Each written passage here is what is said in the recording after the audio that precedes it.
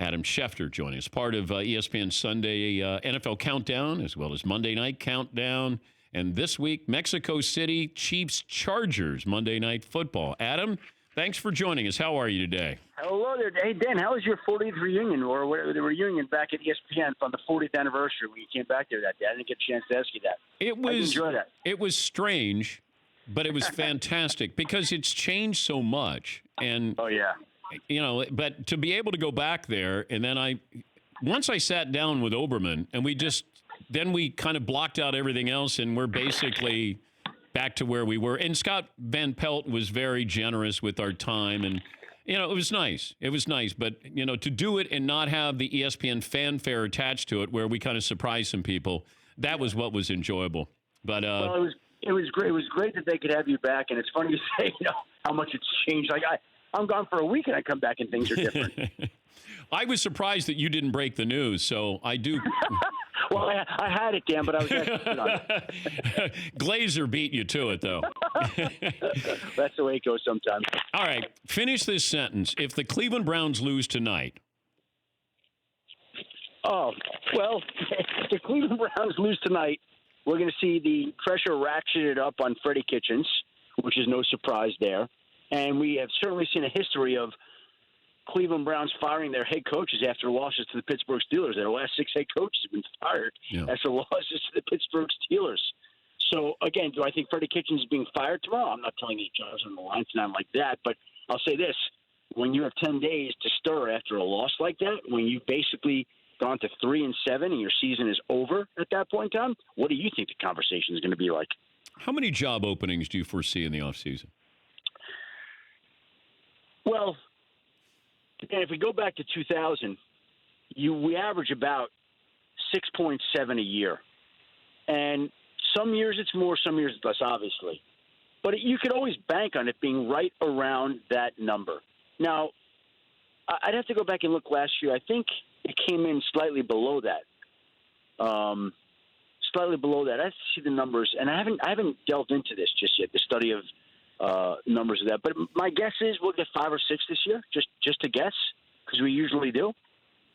Yeah, you start to, and I know that there's a lot of season left to be played, and if Cleveland somehow goes on a run and ends up 9-7, then maybe Freddie Kitchens keeps his job, or if Jason Garrett goes to the NFC title game, maybe he keeps his job. Sure, sure. And Dan, there's a coach right now, and I don't know who this is, who's going to go on a losing streak here at the end of the year. And they're going to lose. That team's going to lose 5 of its last 6, whatever it is. And we're going to start talking about a guy that you wouldn't expect to be losing his job. Like that, it just happens every year. The team most likely to sign Colin Kaepernick is who? Impossible to say because he's not playing this year. So I see people saying, well, Detroit needs help there right now. They've got Jeff Driscoll starting and David Blau backing him up and whatnot. Colin Kaepernick, if he were to sign, I think would be signed to a futures contract for 2020. So who knows how every team's viewing its quarterback situation for next year and depth they want to add or decisions that they'll be making. So literally you'd have a 1 in 32 chance at guessing where Colin Kaepernick would wind up landing next year. That's what I believe. I guess you're going to have something of a liberal, open-minded owner, right? I think that so we probably could knock out some people there. But honestly, it could go any which way with that because every team will assess its quarterback situation. I don't think there's one team you could look at and say, boy, this team is likely to sign Colin Kaepernick for 2020. I got a theory. It's like when you're a lawyer. You don't ask a question that you don't know the answer to. Mm-hmm. Could the NFL be asking a question that they know the answer to, and that is, we're going to give you the opportunity to work out Colin Kaepernick? It's like when I think they told Jeff Fisher and the Rams to, draft Michael Sam. Use a draft pick because this is historical. It feels like the NFL does know the answer to this workout this weekend. This is just a theory on my part. What do you think? What do you make of that? Well, a couple of things there. First of all, you're surmising that the workout this weekend is going to happen, and I'm still not convinced of that just yet. Number two, I understand what you're saying about suggesting that they may know the answer to the question. you're not the first person to have suggested that. It's just, I guess it's hard for me to grasp that a player who has not had a single workout, a single visit, a single tryout in 2 years and 8 months, who teams have just shunned, who is a enormously polarizing figure, an historical figure, but a polarizing figure, where some people love him and some people despise him, that the NFL's got an arrangement with a team to go sign this guy already. Like, I don't know. That's I don't know. I mean, listen, the NFL is that powerful, and the NFL does do what it wants, and the NFL can get things done at a moment's notice. But this is a different case now. It is a different case. But I don't understand why this is happening, and it's so hastily called, Adam, because the NFL was out of the Colin Kaepernick business. You had the collusion. Yep. Like, they had moved past this.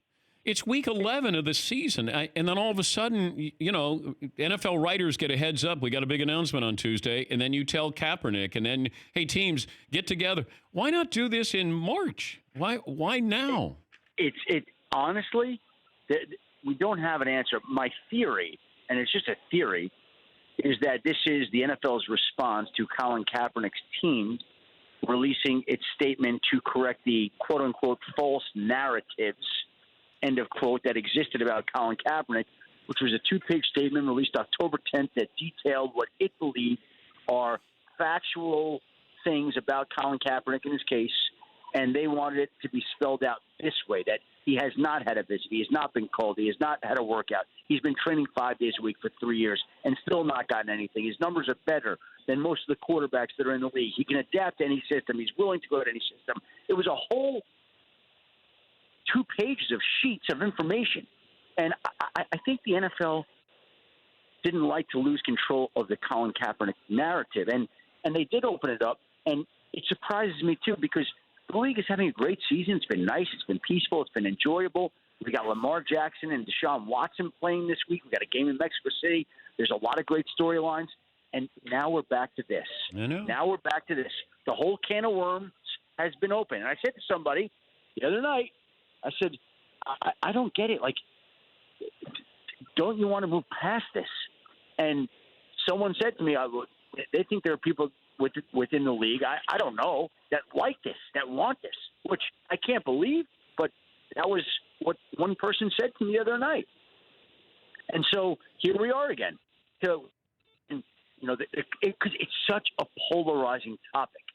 You know, I've gotten texts and calls from people, boy, this guy has gotten, you know, screwed over and he deserves another chance. And I've gotten other texts like, how could they even consider this guy? I know. You know, like one guy texted me last night, your wife lost her husband on 9/11. How could you even want this guy back in the NFL? Like, it's great, but that's the kind of emotion that he arouses in people.